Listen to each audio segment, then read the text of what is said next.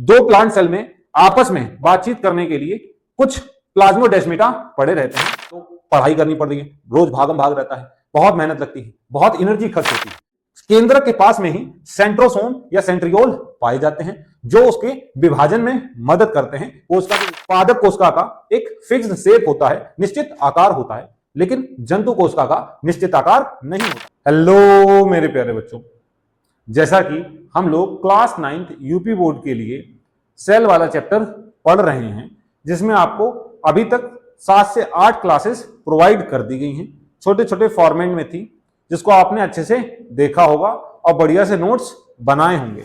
जो भी आपको डाउट्स आ रहे हों, आप प्लीज कमेंट सेक्शन में लिख दीजिए। उसके लिए अगर होगा तो नया वीडियो बना दिया जाएगा, नहीं तो आपकी क्वेरी वहीं पर सॉल्व कर ली जाएगी।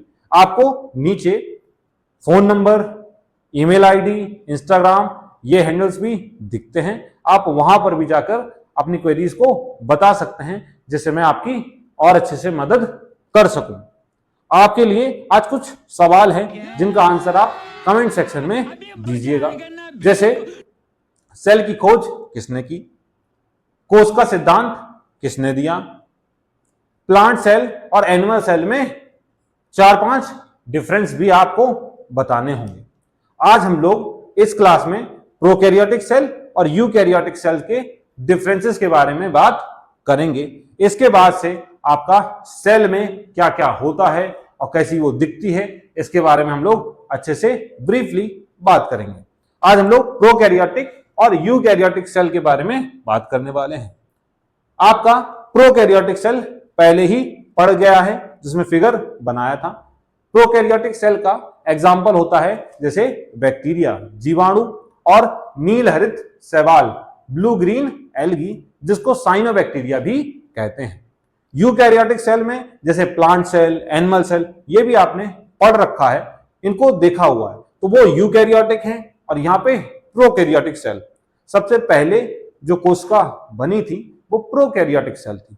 बाद में वो विकसित होते होते यूकैरियोटिक सेल बन गई और आज हम लोगों को इतनी सारी वैरायटी अपने आसपास देखने को मिलती है।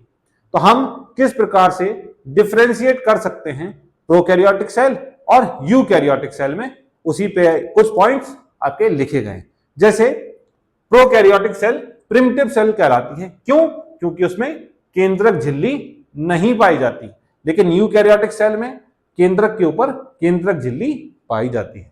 दूसरा, जो प्रोकैरियोटिक सेल होता है उसका डीएनए आपस में उलझा पड़ा रहता है कोशिका द्रव में, उसमें कोई भी हिस्टोन प्रोटीन नहीं होती है। ऐसा समझिए, हिस्टोन प्रोटीन ग्लू की तरह काम करती है, जो जितना उलझा पार्ट है उसको चिपका देगी और एक क्रोमोसोम बनाने का काम करती है। तो यहां पर हिस्टोन प्रोटीन नहीं होती, यूकैरियोटिक सेल में हिस्टोन प्रोटीन होती है।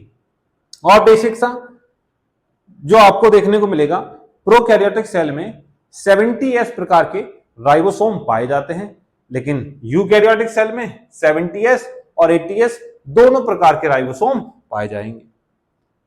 प्रोकैरियोटिक सेल में झिल्ली युक्त कोशिकांग जैसे chloroplast, mitochondria, endoplasmic reticulum, Golgi body, lysosome, ये सारे अनुपस्थित होते हैं। जिन पर भी झिल्ली पाई जाती है वो कोई भी कोशिकांग आपके प्रोकैरियोटिक सेल में देखने को नहीं मिलते, यूकैरियोटिक सेल में देखने को मिलते हैं। आपने एनिमल और प्लांट सेल दोनों देख रखा है, प्रोकैरियोटिक सेल भी देखा हुआ है, उसमें प्रोकैरियोटिक सेल में नहीं थे। प्रोकैरियोटिक सेल में जो सेल मेम्ब्रेन होती है वो अंदर साइड को धंस जाती है, जिसको हम लोग मीजोसोम बोलते हैं। तो ये सिर्फ प्रोकैरियोटिक सेल में पाया जाएगा, यूकैरियोटिक सेल में मीजोसोम्स देखने को नहीं मिलते।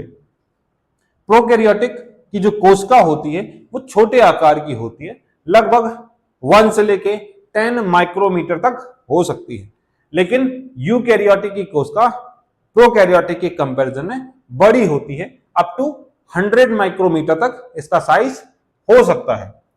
प्रोकैरियोटिक सेल में जो डीएनए होता है वो एक सिंगल क्रोमोसोम के रूप में पाया जाता है, साइटोप्लाज्म में ऐसे ही पड़ा रहेगा। डबल स्टैंडर्ड सर्कुलर डीएनए होता है, क्रोमोसोम होता है। लेकिन यूकैरियोटिक सेल में जो भी डीएनए होगा वो केंद्रक के अंदर पाया जाता है, डबल स्टैंडर्ड होता है और लीनियर होता है, सीधा होता है। इसमें बहुत सारे क्रोमोसोम बन सकते हैं, जैसे ह्यूमन बीइंग में ही 23 जोड़ी क्रोमोसोम हर एक कोशिका में पाए जाते हैं। तो यहां पर बहुत सारे क्रोमोसोम होंगे, डबल स्टैंडर्ड लीनियर डीएनए के फॉर्म में पाए जाएंगे। प्रोकैरियोटिक में न्यूक्लियोलस केंद्रिका नहीं पाई जाती, जबकि यूकैरियोटिक में न्यूक्लियोलस केंद्रिका पाई जाती है।